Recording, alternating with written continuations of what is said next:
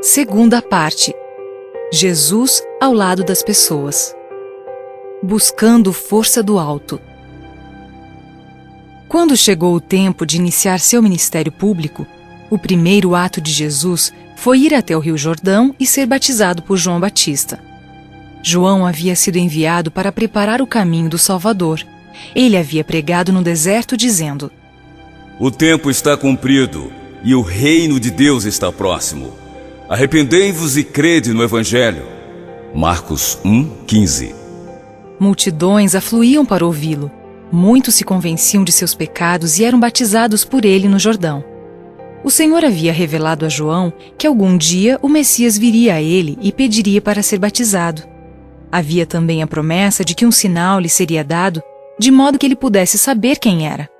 Quando Jesus chegou, João viu em seu rosto os sinais de uma vida santa, de modo que se recusou a batizá-lo, dizendo: Eu é que preciso ser batizado por ti, e tu vens a mim?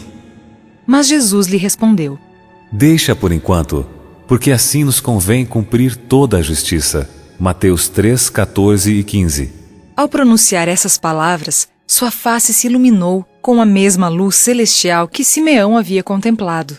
E então João conduziu o Salvador às águas do belo Jordão e ali o batizou diante de todas as pessoas. Jesus não foi batizado para mostrar arrependimento por seus próprios pecados, pois jamais pecara. Assim fez para dar-nos o exemplo. Quando saiu da água, ajoelhou à margem e orou.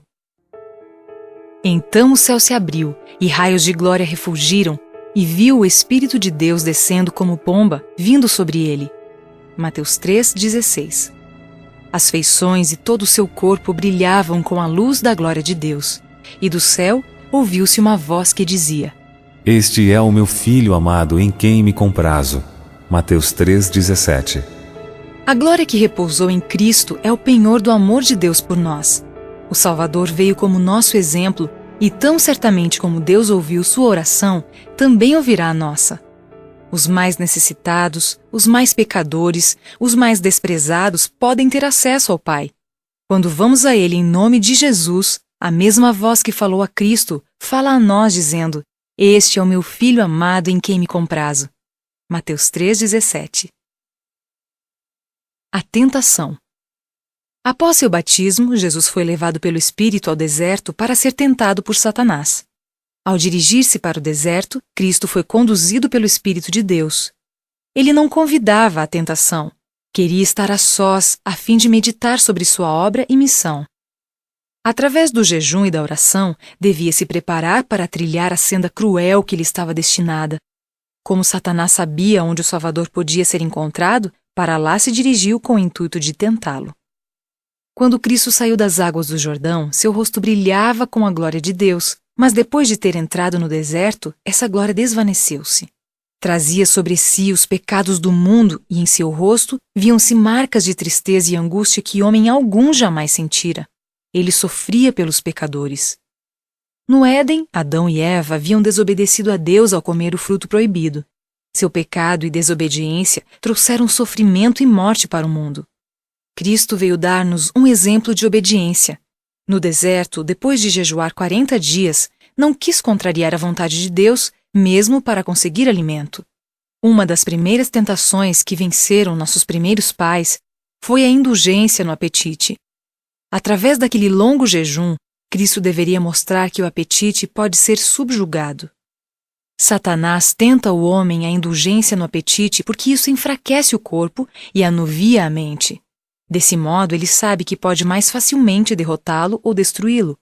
Porém, o exemplo de Cristo nos ensina que cada desejo incorreto deve ser vencido. Não devemos ser governados pelo apetite, mas sim governá-lo. Uma batalha cruel.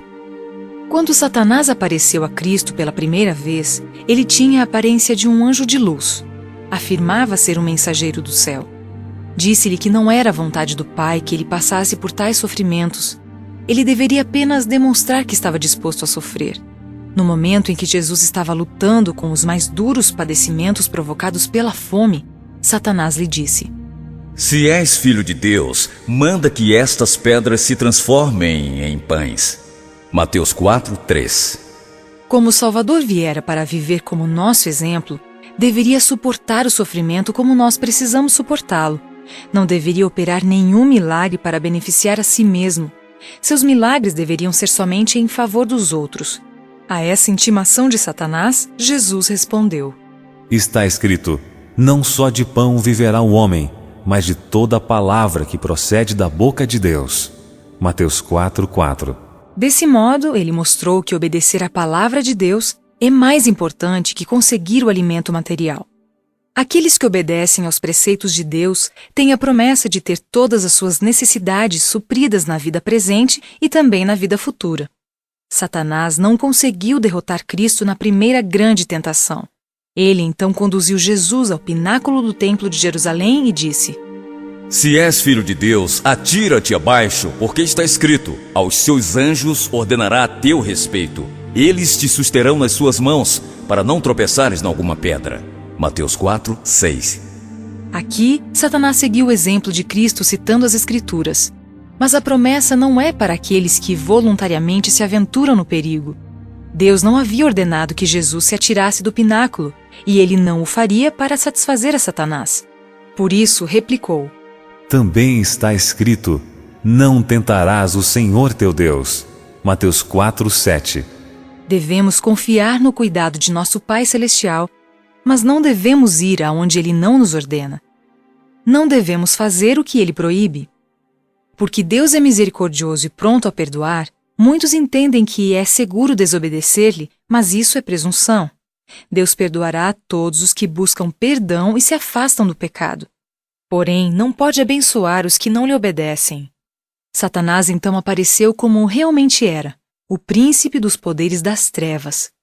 Levou Jesus ao cume de uma montanha elevada e mostrou-lhe todos os reinos do mundo. A luz do sol iluminava esplêndidas cidades, palácios de mármore, campos frutíferos e vinhedos.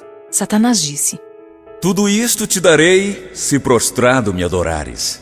Mateus 4:9.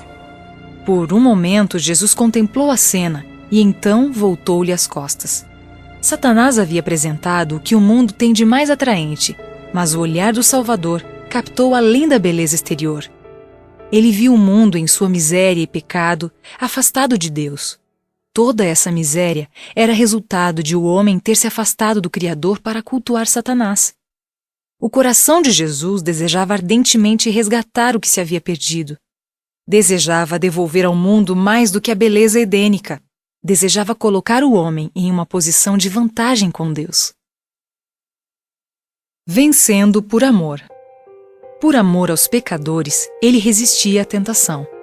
Deveria ser um vencedor para que eles pudessem vencer, para que pudessem ser iguais aos anjos e dignos de ser reconhecidos como filhos de Deus. A essa oferta, Jesus respondeu: Retira-te, Satanás, porque está escrito: ao Senhor teu Deus adorarás, e só a Ele darás culto. Mateus 4:10. Essa grande tentação compreendia o amor do mundo, a ambição do poder, a soberba da vida e tudo que possa afastar o homem de adorar a Deus. Satanás ofereceu a Cristo o mundo e suas riquezas se ele homenageasse os princípios do mal. Do mesmo modo, ele nos apresenta as vantagens que podem resultar da prática do mal. Ele segreda aos nossos ouvidos. Para ser bem-sucedido neste mundo, você deve me servir. Não seja tão escrupuloso por causa da verdade ou da honestidade. Obedeça ao meu conselho, e eu lhe darei honras, riquezas e felicidade. Dando ouvidos a tais conselhos, estamos adorando a Satanás ao invés de Deus, e isso nos trará miséria e ruína. Cristo nos mostrou o que devemos fazer quando tentados. Quando ele disse a Satanás: retira-te, o tentador não pôde resistir a essa ordem. Foi obrigado a se afastar.